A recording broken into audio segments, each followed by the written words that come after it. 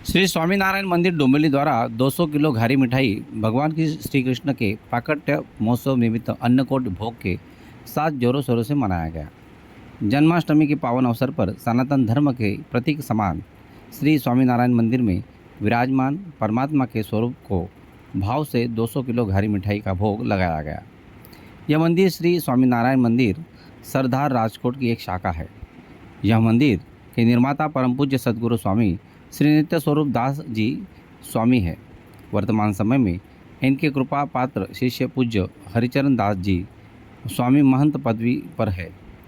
तारीख 7 सितंबर को जन्माष्टमी के अवसर पर श्रीमद् भागवत कथा के अंतर्गत भगवान श्री कृष्ण के प्राकट्य लीला की कथा का लाभ दिया गया। यहाँ पधारे हुए सभी भक्तजन को महाप्रसाद की सुविधा की श्री स्वामीनारायण मंदिर ट्रस्ट डोंबिवली के द्वारा प्रबंध किया गया था। ये जानकारी योगेश वृजराज शाह जय स्वामीनारायण ट्रस्ट ने दी है। ब्यूरो रिपोर्ट डोंबिवली फास्ट कल्याण।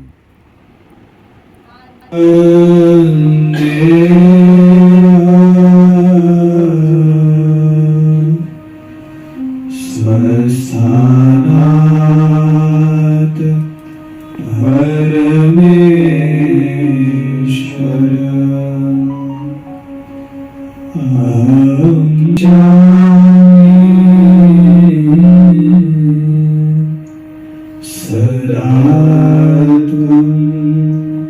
सन्मुखो सदा लक्ष्मीनारायण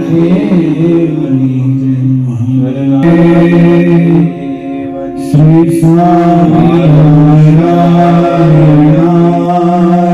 नमो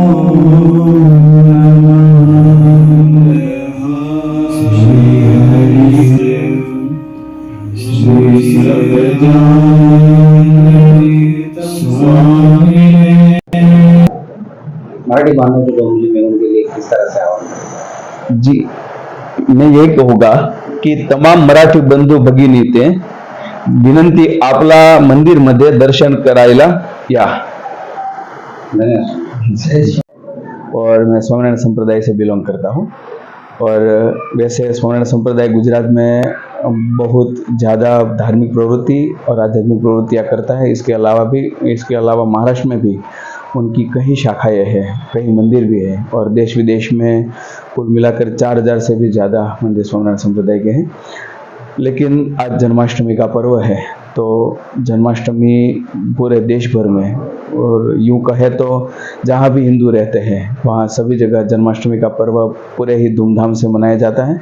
उस हिसाब से आज हमारे ऐसे स्वामीनारायण मंदिर डोंबिवली में भी जन्माष्टमी का महोत्सव हर साल की तरह इस साल भी बड़े ही धूमधाम पूर्वक मनाया जा रहा है। और वैसे जन्माष्टमी हमारा धार्मिक त्यौहार है और उसके साथ साथ जन्माष्टमी के माध्यम से हमें ये सीखना है कि भगवान श्री कृष्ण का प्रागट्य इस धरातल पर कली और द्वापर की संधि में अधर्म का विनाश करने और सद्धर्म की स्थापना करने के लिए हुआ था।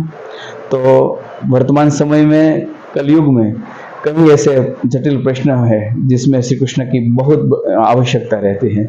जैसे वर्तमान समय में सबसे गंभीर प्रश्न जो कोई हो तो वो है कि युवाओं को अपनी जिम्मेदारी समझना। तो श्री कृष्ण जिस तरह बहुत ही छोटी आयु में 11 साल और 52 दिन की आयु में अपनी जिम्मेदारी समझकर कंस जैसे आसुरी तत्व का संहार करके पूरे मथुरा के डोरी अपने हाथ में ले ली थी और पूरे मथुरा को उन्होंने संयुक्त किया था और यादव परिवार यादव कुल जो बिखर गए थे उन सबको एकत्रित करके एक संयुक्त राष्ट्र की उन्होंने स्थापना की थी और विश्व का सबसे पहला प्रजासत्ताक राज्य द्वारिका उन्होंने स्थापित किया और अपनी जिम्मेदारी पूरे जीवन भर बखूबी उन्होंने निभाई। बस इसी तरह इस जन्माष्टमी के पर्व से हमें ये सीखना चाहिए कि हमें भी हमारी जिम्मेदारी जो भगवान ने हमें दी है इस धरातल पर आकर एक पुत्र के रूप में, एक पिता के रूप में, भाई के रूप में, देश के एक अच्छे नागरिक के रूप में जो भी हमारी जिम्मेदारियां है वो जिम्मेदारी हम पूरी निभाए। यही जन्माष्टमी का संदेश मेरी दृष्टि से रहता है। श्री कृष्ण एक वैविध्यपूर्ण व्यक्तित्व है। मैं ऐसा कहूँगा व्यक्तित्व नहीं, विभूति महत्व है। उनका बचपन देखे तो भी एक आदर्श है उनकी युवानी देखे, किशोरावस्था देखे तो भी एक आदर्श है, युवानी भी आदर्श है, प्रौढ़ावस्था भी उनकी आदर्श है। जब महाभारत का युद्ध हुआ तब उनकी आयु 89 साल की थी, तो फिर भी युवानों की तरह उन्होंने युद्ध किया। और जब राधा की बात आती है तब चाहे द्वारिका में भी कृष्ण हो तो राधा को याद करके कृष्ण रोए हैं, ऐसे प्रसंग हमारे शास्त्रों में लिखे गए हैं। तो ऐसा प्रेम भी उनके जीवन में देखने को मिलता है और शौर्य भी उनके जीवन में देखने को मिलता है। कुल मिलाकर हम ये कह सकते हैं कि आदर्श मानव कैसा होना चाहिए, ये कृष्ण परमात्मा होकर भी हमें सिखा कर गए हैं कि हमारा जीवन ऐसा होना चाहिए। हम हमारी जिम्मेदारी जो परिवार के प्रति होती है वो जिम्मेदारियां निभाएं, और एक पति के रूप में और एक, मैंने पहले कहा उस तरह एक सजग नागरिक के रूप में सभी तरह हमारी जिम्मेदारी हम पूरी तरह निभा सके, ऐसा विभूति मत्व हमारे अंदर श्री कृष्ण की भक्ति से प्राप्त हो सकता है। भगवत गीता दो चीज मुझे भगवत गीता से लगती है। एक तो बड़ी प्रसिद्ध बात है भगवत गीता की, कर्मण्येवाधिकारस्ते मा फलेषु कदाचन, कर्म करने पर हमारा अधिकार रहता है, फल क्या देना है उनके हाथ में है, भगवान के हाथ में है। तो इससे हमें यह सीखना चाहिए कि हमें पुरुषार्थ करते रहना चाहिए, सफलता मिले या निष्फलता मिले, लेकिन पुरुषार्थ करते रहेंगे तो एक दिन भगवान हमारा साथ देंगे ही, साथ देते ही है, लेकिन सफलता हमें मिलेगी ही। और दूसरी बात भगवत गीता की यह है, योगः कर्मसु कौशलम, सच्चे अर्थ में योग वो है जो हमारे कर्म में हमें कुशलता प्राप्त हो। जो भी हमारा कर्म भगवान ने हमारे लिए निर्माण किया है उस कर्म को हम पूरी कुशलता से निभाते जाए, ये भगवत गीता का संदेश मेरे लिए, समाज के लिए, मेरे मत से समाज के लिए है जो बहुत उपयोगी है।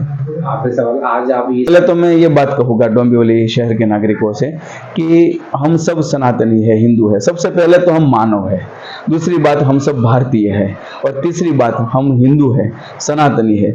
तो सबसे पहले मानव के रूप में हम एक दूसरे के मदद में आ सके, ऐसा हमारा जीवन बने। और दूसरी बात, एक भारतीय होने के नाते हमारे भारतीयत्व के जो हमारी जो जिम्मेदारियां बनती है वो बखूबी निभाए। और तीसरी बात यह है कि हम सनातनी है, हिंदू है, तो हमारे जो कर्तव्य बनते हैं कि हिंदू होने के नाते हम वो कर्तव्य भी निभाए, और हमारी अगली पीढ़ी को वो जो हमारे संस्कार है, सनातनी संस्कार, वो अगली पीढ़ी में जाए, उसके लिए हम सब कटिबद्ध बने।